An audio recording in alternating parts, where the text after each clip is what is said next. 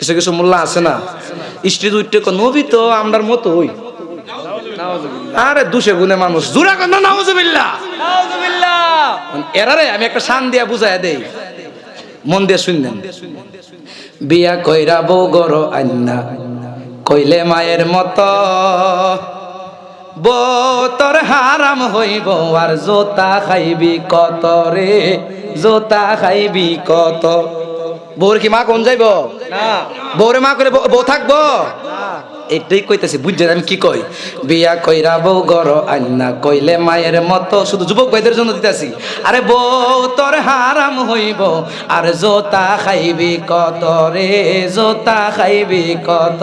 বউয়ের রঙ্গে আর মায়ের রঙ্গে কোনো বেশ কম নাই, ঠিক কিনা? আরো জবান করে বলুন ঠিক কিনা, দুইটা হাত তুলে বলুন ঠিক কিনা। আরে বউয়ের রঙ্গে আর মায়ের রঙ্গে কোনো বেশ কম নাই, তারপরেও কি মায়ের মতো বউরে বলা যায় রে?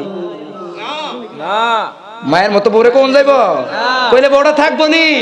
এটাই শায়ের বুঝাইতেছে।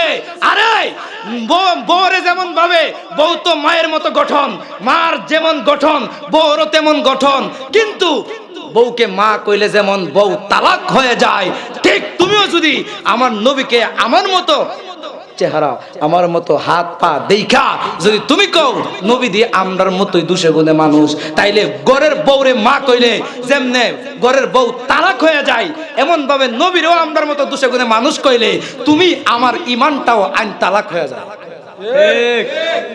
এই কারণে নবী আমার নবীর মতো। নবী কার মতো?